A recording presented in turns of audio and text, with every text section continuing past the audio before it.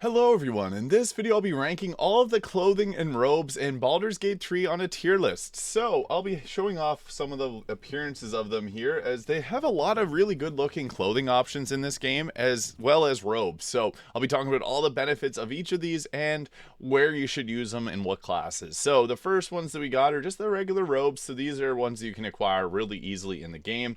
I'm just going to put them in the roleplay tier because they just give you 10 armor class with no extra benefits. 10 armor class plus your dexterity modifier.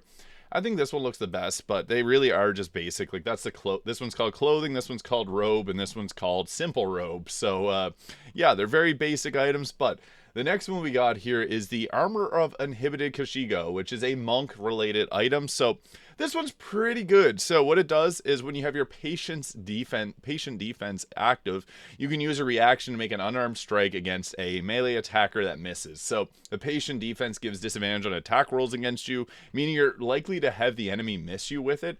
This is actually a really good one, and it's acquired really early on in the game. So I must say that this one is quite solid. I'll probably throw it into the B tier to maybe, it's high B tier at the minimum. It's got 10 armor class plus dexterity modifier. And it's really easy to get. You get in the Grimforge, so you have to give up the boots of speed to be able to get this. So a bit of an opportunity cost there if you like to use the click heals. But if you got a monk on your team, this is a really good early game option. But again, it does have a bit of a price to pay because you have to give up the boots of speed. But next we got the Bided Time. And what this does is when the wearer gains, whenever they get hit with a melee attack, you gain arcane charges, which gives a +2 damage to attacks with spells. So things like magic missile or scorching ray will benefit the most because they have multiple attacks. This is not a bad one. Getting arcane charge is pretty solid. I'll probably put it in the B tier as well. This is one you can get relatively early on in the game as well. So yeah, it's a decently solid one. You get it actually in Act 2 in the House of Healing. But we have next the Blood Guzzler Garb. This one's a funny one, and it has an interesting effect. It has the Grievous Retribution, so when the enemy damages the target, you get Wrath for 2 turns.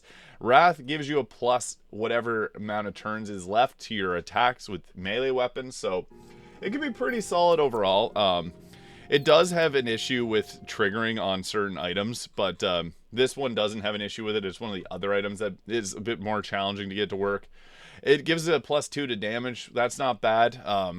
Whenever you get damaged, I would say it's probably another B tier. It's good on a barbarian, but that would be really, I guess it'd be good on, yeah, just a barbarian because the unarmored defense. So these are all, this is monk related barbarian, and then a caster like a wizard or a sorcerer. So kind of interesting. Next we have the best looking. This is the armor that I'm actually wearing right here in this video, the Wave Mother's Robe. So it's a really stylish piece, but what it gives is it gives resistance to cold and fire damages, so that's quite nice. And then it also will heal you for 1d4 if you start your turn in water.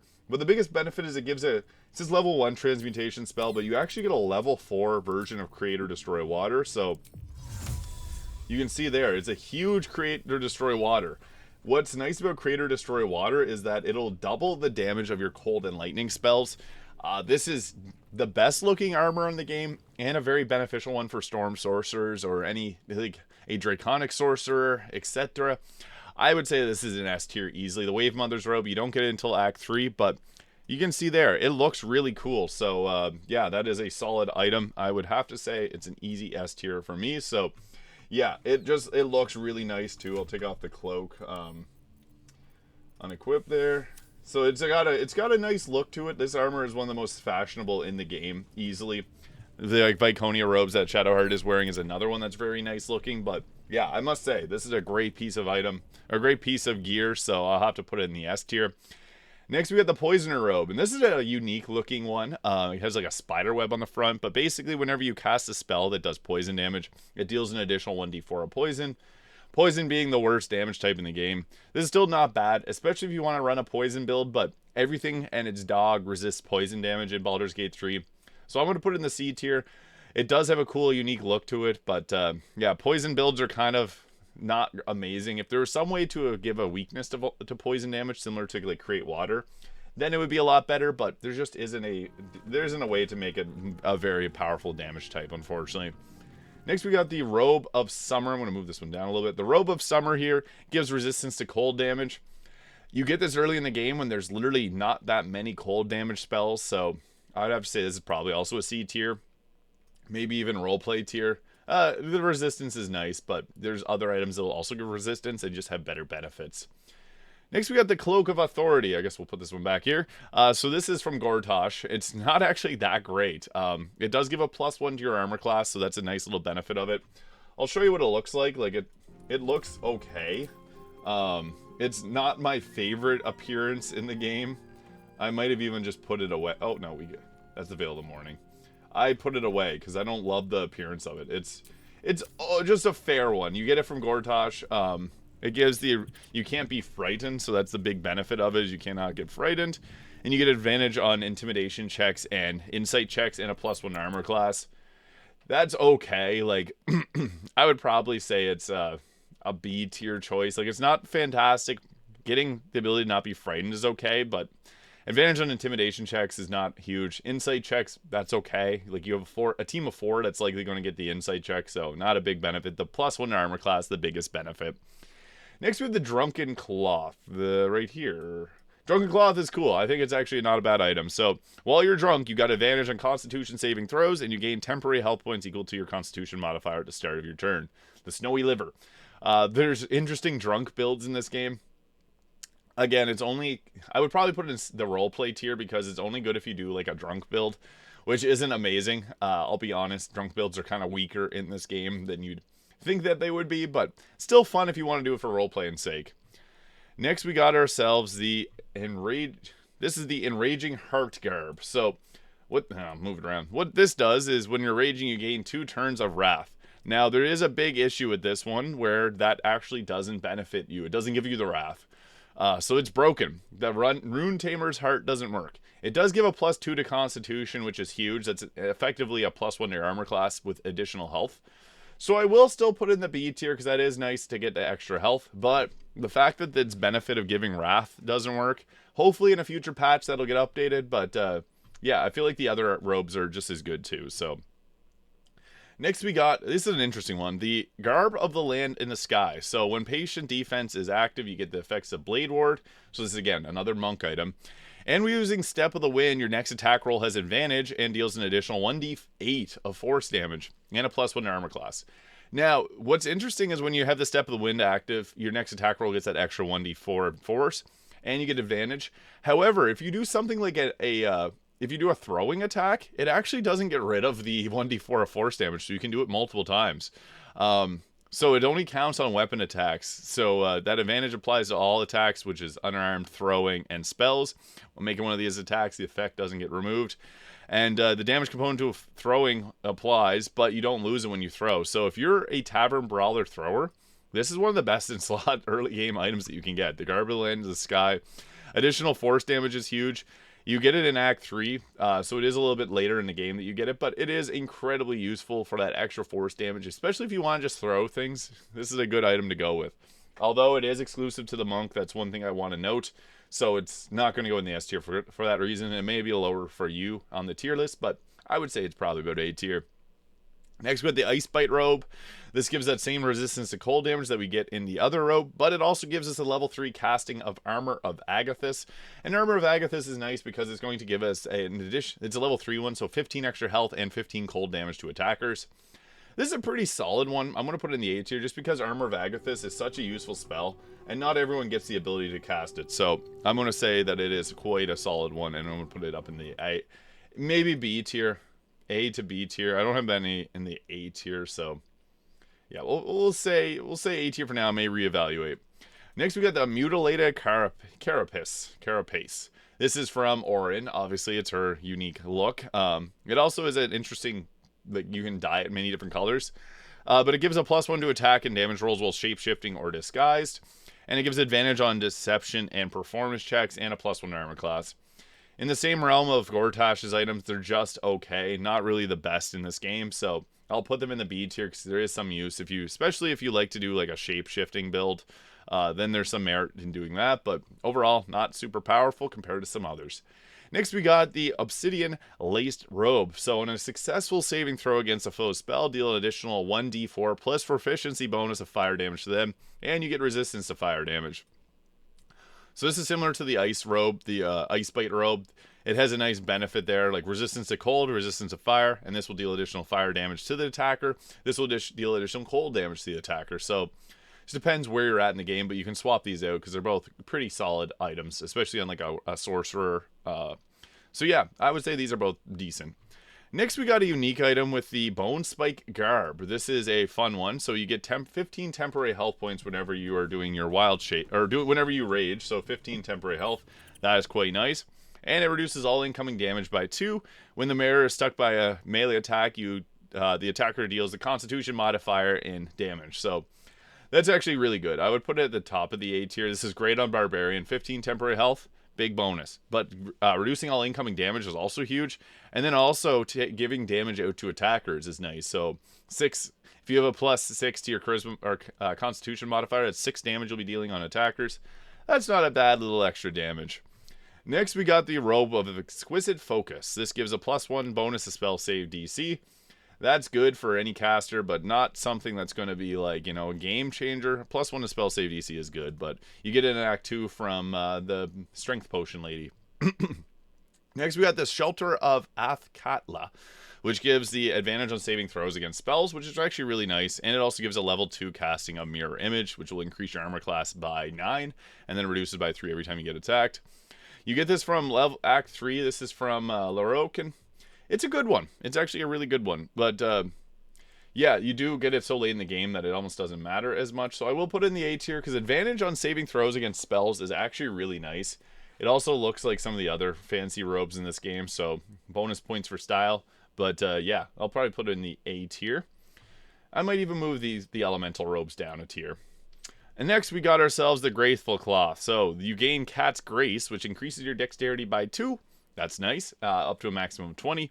And you get nimble as a cat, so you gain a +1 to your dexterity saving throws and increase your jump distance by 1.5 meters. What's nice about that is that +2 to your dexterity effectively counts as a +1 to armor class and a +1 to initiative. That alone is quite good. The Grateful Cloth is actually decent. Anytime you can increase your dexterity, that's huge. And a +1 to dexterity saving throws is also quite nice. The Mighty Cloth is similar. It gives a +2 to strength. You can't be pushed against your will and have an advantage on saving throws against being restrained. You also get the Bull's Rush, so you can charge forward and possibly knock back foes 3 meters. I don't think this one is as good as the Cat's Robe, so I will probably put it at the top of the B tier. No, I'll put it in the A tier. That's good for tavern brawlers if you don't want to use strength potions, because they'll give you a +2 to your strength early on-ish in the game. So that itself is really nice. You get it from Quartermaster Tally at the last night in. So these two are really useful. Cat dexterity or strength-based builds, pretty good. Next, we got the Protecty Spark Wall. So +1 to spell save DC, very nice. +1 to armor class and saving throws as long as they have lightning charges. So this is obviously if you're doing a lightning charge build. +1 to spell save DC is really nice. I'll probably put in the B tier, sort of around there. It's better than the other one that gives just the 1+ bonus to spell save DC, because +1 to spell save DC is actually quite huge. That means that they have to roll 1 higher to resist the spell that you're casting. So hold person, this works well with it. But you do have to have lightning charges to get the +1 to armor class and saving throws. So compared to some others that just have that built in. However, next we got Viconia's priestess robe. So I can show this one off. And so Shadowheart has it equipped right now. 10 armor class, and you get, when you're obscured, the wearer has advantage on stealth checks. That's quite huge for stealth-based builds. Gives you a +2 bonus to all saving throws if you have Shield of Faith, and then +1 to armor class. Honestly, not bad. Like, you do get a cool benefit from that of resisting extra damage. So one nice thing about that is you get that extra defense as well. Shield of Faith will give you +2 to all saving throws. So it's a pretty good armor. It looks pretty decent as well, as you can see there. Shadowheart's rocking it. So yeah, I would say Viconia's priestess robe is great on a stealth focused build. I'll put it in the S tier just because, one, it's unique and it looks great, but getting advantage on stealth checks is nice. It can go on really any type of rogue class, especially if you want to use just clothing. But it also has that free Shield of Faith for +2 saving throws. It could be more of an A tier option, but I'll put it up in the S tier. Just because it's unique and it looks nice too. Style points. Next we got the Infernal robe. So this is unique to Will if he is to take out Karlach early in the game. And it gives you a fire shield spell at level 4, which is nice. Recast on long rest. Grants resistance to fire damage. And it gives a +1 armor class. This is incredibly useful. I'm going to say it's probably an S, or it might be just shy of S tier. It's good, but you have to do some heinous acts to get it. It's not something I love to do because Karlach's such a great character, but getting a level 4 fire shield spell early in the game, it actually, yeah, I'd probably put it in the S tier. Resistance to fire damage is pretty nice because fire is one of the most common damage types, and a +1 armor class early on in the game is huge for a warlock. So, yeah, I would say it's pretty good. Next is the Moon Devotion Robe. Similar appearance, actually. This is from, you get this from Isabel. You have to be evil to get it, kind of. But when the wearer has mage armor, each successful saving throw causes the source of the saving throw to take 1 to 4 radiant damage. That alone's pretty nice, but it also gives advantage on constitution saving throws, so that'll hold your concentration on spells. Gives a +1 to saving throws. It gives you the Lunar Bulwark, which is basically mage armor. And it gives you Produce Flame as a cantrip. This is actually really nice. Not extremely useful, but I'll put it in the S tier. Gives a nice constitution saving throws, so that's good. But also the mage, whenever you have mage armor, you get that nice addition of 1 to 4 radiant damage whenever you succeed a saving throw, so that is huge. Next, we got the Robe of the Weave. So this gives a +1 bonus to spell save DC and spell attack rolls, which is extremely nice on a wizard. You can also add in the Hood of the Weave for an extra +2 to those as well. It also gives you the Weave Eater, so whenever you succeed a saving throw against a spell, you regain a 1d6 of healing and +2 to armor class. This is probably the best robe that I've put on here so far. I like the Wave Mother's robe, but the Robe of the Weave is huge. +1 to spell save DC and spell attack rolls is massive, and the fact that it also gives you a +2 to armor class is really nice. However, the drip on this one is just, like we see Gale here is wearing it, so I'll show you what that looks like. That's just the blue dye on it. It does look really cool. Like, if you got pale orange dye, it can look like Goku. It gives you, like, the orange... let's see if I have pale orange dye. I do! Alright, let's show you the Goku robes. So, as you can see there, it literally turns into Goku robes. That's pretty cool. I think this is a really good one, though. It gives you that nice... I should probably switch scenes there. It gives you a nice... +2 to the armor class, +1 to spell save DC, and then you can heal if you succeed a saving throw against a spell. So that just makes it a really nice piece of armor in general, and probably one of the best robes easily the best robe for a sorcerer or a wizard. So while I am more of a fan of the Wave Mother's robe, it's still a really useful spell, or a really useful piece of gear. So gotta recognize it where it is, and yeah, it's good. Next, we got the Veil of the Morning. This is from the Mystic Carrion. I get this confused with Gortosh's robe because they do look similar. See, they look kind of similar. But this one, what it does is it gets the skill, the Let the Undead Blanch with Fear. I guess I can even show this one off. So we'll pop this on, and yeah, what's nice about it is it gives a nice the turn undead. It also has a cool look, like that is pretty fancy, but basically the effects are undead have disadvantage on attack rolls against you and have advantage on saving throws against their actions and spells, and turn undead class action. The only big thing about this is by this point in the game, there's not that many undead that we're going to be fighting, because you get this in Act 3 from the Mystic Carrion, and again, there's not many undead at that point in the game, so while the benefits are nice, disadvantage on attack rolls against you, if this was gotten in Act 3, it'd be so good.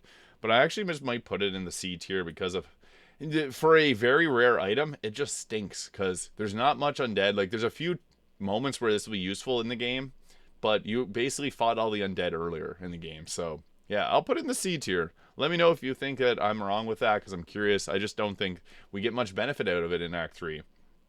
Next, we got the Robe of Supreme Defenses. So, when concentrating, add your spellcasting modifier to your saving throws and get a +1 to your armor class.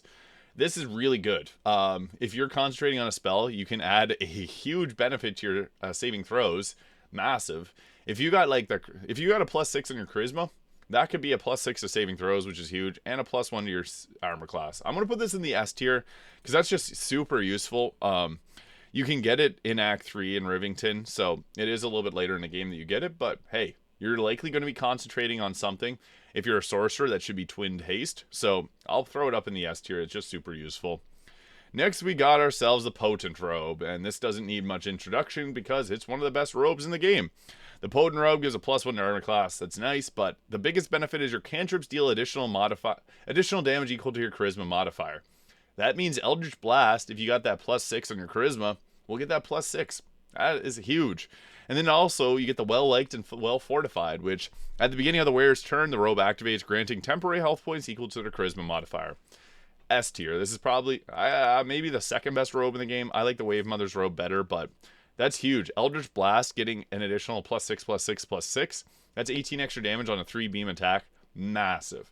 Yeah, this is super good on it's good on a Warlock, on a Sorlock, even on a Sorcerer. This is really good because charisma is big. But yeah, finally we got one of my favorites. I'll put it on here. The Vest of Soul Rejuvenation. This is also one of the coolest looking items in the game, so it is extremely powerful. So that's what it looks like there. Whenever the wearer succeeds a saving throw against a spell, they regain 1 to 4 health. Cool. Greater Kashigo counter. When the wearer can use a reaction to make an unarmed strike against any attacker that misses. So it's similar to the other one that gives the attack on a miss. And then also we get a +2 to armor class. So on a monk, this is the best armor in slot. It also matches the gloves of soul catching, so you can see there. They do match. I don't have the same dye on them, but I just went with this for the drip. But yeah, this is an extremely useful item for a monk. Being able to make a reaction to an unarmed strike is huge, but the +2 to armor class is also massive. So I would say that this is probably the second best in the game. So I would say that the Cloak of the Weave, or the Robe of the Weave, is probably the best. +2 armor class. This also is a +2 armor class, but one is for wizards and sorcerers, whereas one is for your monks and even a barbarian, maybe, if you wanted to build that way. But yeah, extremely useful. I think that it is one of the best in the game. My favorite looking one is obviously the Wave Mother's robe. Viconia's priestess robe is good too.